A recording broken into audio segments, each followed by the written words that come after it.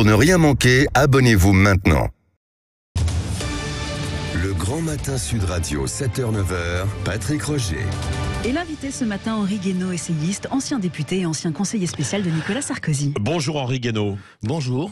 Où va la France, la République, les suites de la réforme des retraites? Est-ce qu'il y a du dialogue encore possible? Sortir d'une spirale de la violence? Les politiques sont-ils encore crédibles? Marlène Schiappa dans Playboy. C'est ce que nous allons aborder avec vous en rebondissant sur l'actualité. Fin de vie, référendum, élection partielle et cellules anti-ZAD. Après le dialogue de sourds sur les retraites, Elisabeth Borne reçoit syndicats et partis politiques cette semaine, du moins ceux qui veulent bien, parce que la gauche boycotte. Qu'est-ce que nous vivons là aujourd'hui, en ce moment, Henri Guénaud? C'est une crise sociale, politique, selon vous? Alors, c'est une crise sociale qui se transforme en crise politique, qui pourrait se transformer en crise de régime. Oui. C'est tout simplement parce que le gouvernement, on va dire le pouvoir ne veut pas bouger, ne veut rien entendre, quelle que soit l'opposition du pays à la réforme des retraites. Quand même pas la première fois que les Français refusent obstinément, enfin les Français dans leur grande majorité, refusent obstinément une réforme, et que le gouvernement se trouve en face du choix reculer. Oui. Parce que cette réforme divise, ou bien tenir absolument droit dans ses bottes jusqu'à l'extrême limite de ce qui est acceptable avant la rupture du consensus national et la rupture entre une large fraction des Français et les institutions. Voilà, c'est prendre un risque considérable. Ouais. Mais le risque, est-ce que, par exemple, là, on a dit que le gouvernement avait abusé, entre guillemets, avec le 49.3, enfin l'ensemble des articles. Oui. Qu'est-ce que vrai ou pas, Henri Guénaud? Ah oui, mais c'est même pas un abus. Ce qui s'est passé est inadmissible. Et c'est pas seulement le 49.3, c'est d'abord ce qu'on a appelé le 47.1. C'est-à-dire accrocher la loi sur les retraites, indépendamment du fond. Oui, c'est ça. Accrocher la loi sur les retraites à un texte de financement de la sécurité sociale, qui jouit comme tous les textes de financement, que ce soit la loi de finances ou les textes de financement de la sécurité sociale, d'un régime particulier dans la Constitution, puisqu'il est enfermé dans des conditions de délai très strictes, que si ces conditions ne sont pas respectées, le gouvernement peut agir par ordonnance. Et qu'en plus, il n'est pas consommateur d'un 49.3, puisque vous savez que dans la version actuelle de la Constitution, on peut utiliser le 49.3 pour les lois de financement, Oui. et une fois par session. Oui. Bon, le gouvernement n'ayant jamais utilisé le 49.3 autrement que dans les lois de financement. En l'accrochant à la loi de financement, il étouffe le débat, et il peut utiliser des procédures qui empêchent le Parlement de s'exprimer. Voilà, mais c'est un détournement de procédure. Détournement, donc selon vous, ça risque d'être retoqué alors par le Conseil constitutionnel le 14 avril ou pas? La logique constitutionnelle voudrait que ce texte soit annulé. Voilà. Maintenant, le Conseil constitutionnel est souverain, personne ne peut contester ses décisions.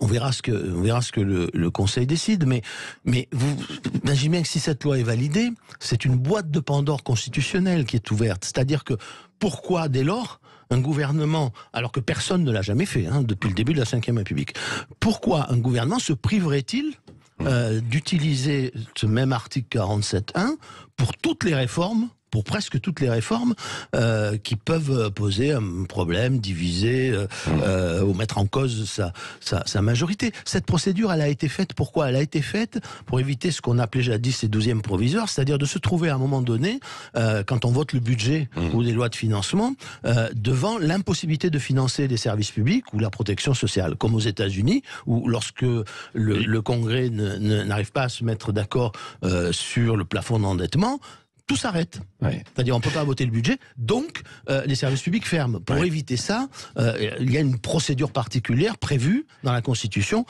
pour ce type de loi. Mais ça n'a rien à voir avec la réforme des retraites. Et plus globalement, Henri Guénaud, vous le gaulliste, est-ce que vous estimez que finalement notre 5e République, telle qu'elle existe aujourd'hui, elle est morte? Il faudrait la revoir, ou pas? Alors, d'abord, on a beaucoup abîmé la Ve République. Et ça, il serait temps de corriger tous toutes les dérives que on a introduit mandat présidentiel après mandat présidentiel, réforme après réforme dans la Constitution. Moi, je suis un adepte du retour à la Constitution de 62. Voilà. Après, une fois que le général de Gaulle a fait inscrire dans la Constitution l'élection du président de la République au suffrage universel. Bien, donc là, il y a quelque chose à corriger. Maintenant, qu'est-ce qu'il faudrait corriger en un mot?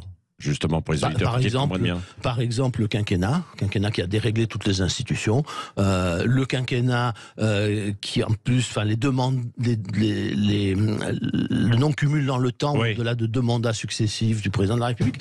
Voilà, en 62, on a une constitution dans laquelle le mandat est de 7 ans, renouvelable en fonction et renouvelable autant de fois qu'on va en fonction de ce que les Français décident.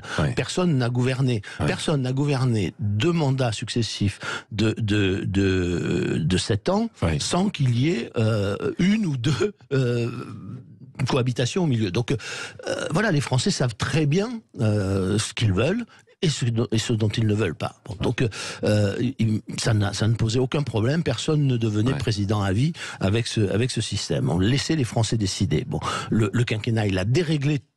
Il a complètement déréglé les institutions puisqu'il a poussé à la confusion entre le rôle du Premier ministre et celui du Président de la République. Le résultat, on le voit aujourd'hui, c'est que le Président de la République a beaucoup de mal à être en surplomb de son gouvernement pour, de temps en temps, arrêter le gouvernement quand il s'enferme dans une impasse. Ce que tous les présidents de la Ve République ont fait.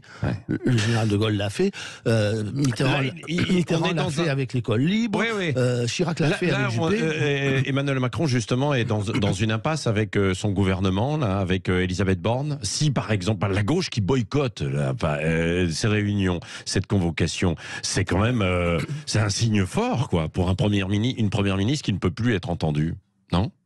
Mais je veux dire, tout est entre les mains du président de la République en réalité. Alors on peut dire du gouvernement, en réalité c'est le président de la République dans cette affaire.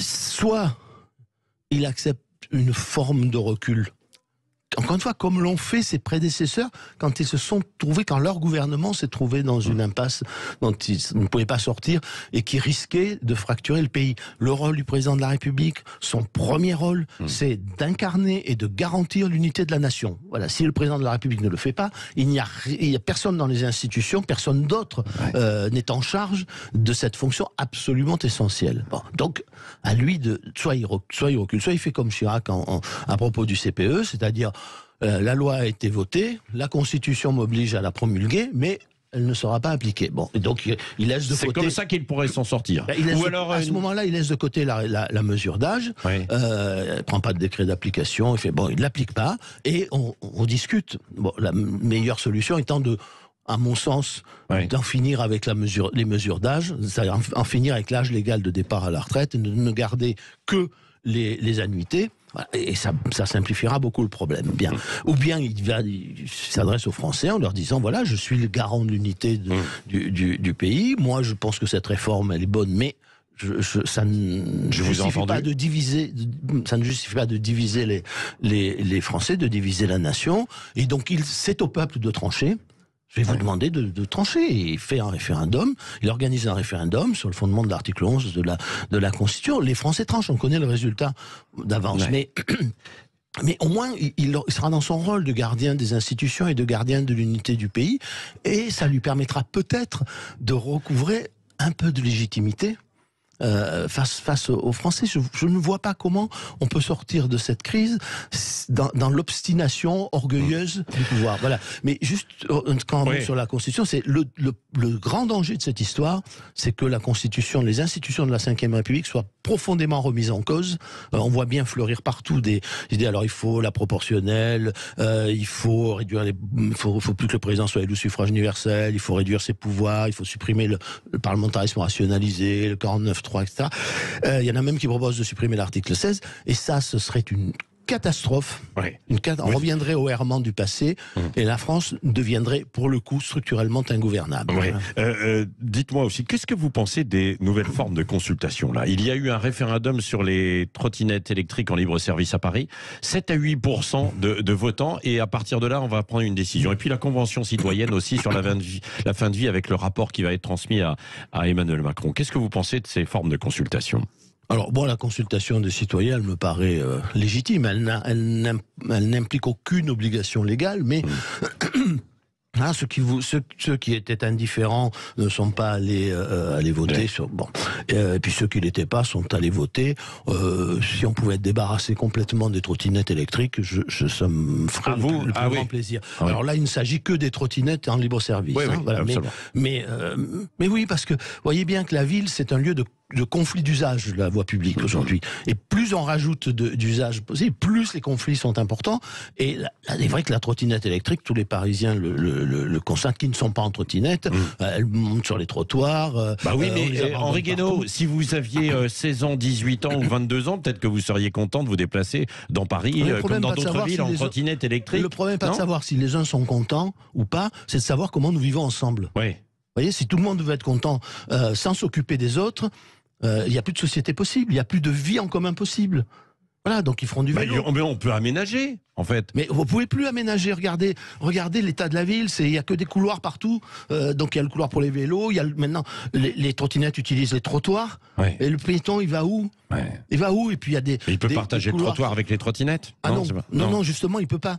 Il peut pas. Mais indépendamment des 8% qui se sont prononcés, faites une enquête sur les autres et vous verrez que c'est pas 8%, c'est probablement assez proche du résultat du vote. C'est probablement 90% des piétons qui empruntent des trottoirs qui vous diront que ça n'est plus possible, ça n'est plus vivable. Marlène Schiappa dans Playboy cette semaine. Juste un moment sur la fin de vie. Oui, la convention citoyenne. Moi, je ne sais pas ce que c'est qu'une convention citoyenne. Là, on est dans toute autre chose. Hein. On est dans les lois fondamentales de la société. Je comprends pas qu'on puisse sans arrêt arguer de la légitimité du Parlement, des élus face, comment il dit le président, à la foule, enfin à la rue, à l'opinion, et puis créer ce genre institutionnaliser au fond ce genre de panels qui viennent, qu'on le veuille ou non, en concurrence avec la démocratie représentative. Bon, et la démocratie. Ça peut être un complément, peut-être, non ? Non, franchement, enfin moi, les gens tirés au sort, là, je ne sais pas ce que c'est. Vous voyez, c'est des vieux remakes de la démocratie athénienne, et encore, ça ne s'appliquait pas à toutes sortes de choses. C'était très limité. C'était très limité. La démocratie, ça n'est pas le tirage au sort. La démocratie, c'est le vote et le respect par celui qui est élu et par la majorité des opinions des autres. Voilà. Oui, bon, je le disais, Marlène Schiappa dans Playboy, c'est approprié, inapproprié? Dans le climat actuel. Inapproprié est un mot aimable. Ah bon ? Ah oui, vous iriez plus loin. Mais non, mais Marlène Schiappa a parfaitement le droit de s'exprimer en tant que femme où elle veut, mais elle est ministre. C'est une femme libérée. Oui, mais c'est pas un ministre libéré. On n'est pas obligé d'être ministre, mais quand on est ministre, on ne représente pas soi-même. Voilà, on n'est pas là pour mettre son. Alors c'est le problème aussi du pouvoir actuel et d'une partie des politiques d'ailleurs. Cette espèce de mise en scène du moi de chacun. Est totalement incompatible avec l'exercice d'une fonction ministérielle. Quand on occupe une fonction ministérielle, ou qu'on est Premier ministre, ou qu'on est Président de la République, la mise en scène du moi doit être exclue parce que on ne peut exercer ses fonctions qu'en dissolvant son moi dans la fonction, et non pas la fonction dans son moi. Voilà, Marlène Schiappa a parfaitement le droit de faire ce qu'elle veut et de dire ce qu'elle veut, mais elle est ministre. Donc, en tant que ministre, elle a des devoirs. Tout le monde savait, et sans doute elle-même aussi, qu'en faisant ce genre d'interview dans Playboy, quel que soit le fond de l'interview, quel que soit le fond de l'interview, elle allait créer un problème d'image par rapport à sa fonction. Voilà, peut-être une possibilité, une piste pour faire diversion, comme le disent certains, par rapport au sujet du moment. On peut dire, c'est soit la diversion, soit la provocation. Ouais. Alors il n'y a pas qu'elle, hein, il y a le président qui fait dans Pif Gadget, qu'on appelait quand j'étais jeune Pif le chien, hein, c'est extraordinaire. Il y a le ministre du Travail qui fait une interview dans Tétus qui n'est pas en soi scandaleux, mais uniquement pour nous annoncer, pour nous révéler ses orientations sexuelles. C'est pareil, mais garde pour lui ses orientations sexuelles. Non, mais c'est aussi pour se défendre. C'est là où il a dit bon, j'ai été attaqué, voilà. etc. Mais alors là sur c'est pire que tout. Ouais. Vous vous rendez compte? On fait une interview, vous êtes ministre, on fait une interview, dit ah ben voilà mes orientations sexuelles et si vous me critiquez, et Dieu sait s'il y a de quoi critiquer dans cette affaire, alors c'est que vous attaquez mon orientation sexuelle. Mais tout ça est malsain, tout ça est dérangeant, tout ça ne fait que abîmer les institutions. Voilà, ces gens sont ministres et l'un est président de la République. Il y a une forme de provocation aussi qui est prise par beaucoup de gens, et ils ne sont pas sans l'ignorer, enfin ceux qui font ça, qui est prise comme une marque de mépris. Ouais. Voilà. Et ça, vous pouvez pas gouverner. Vous pouvez pas gouverner un pays en méprisant ceux que vous gouvernez. Enfin. Merci Henri Guénaud, ancien député et conseiller spécial de Nicolas Sarkozy, qui était l'invité ce matin de Sud Radio.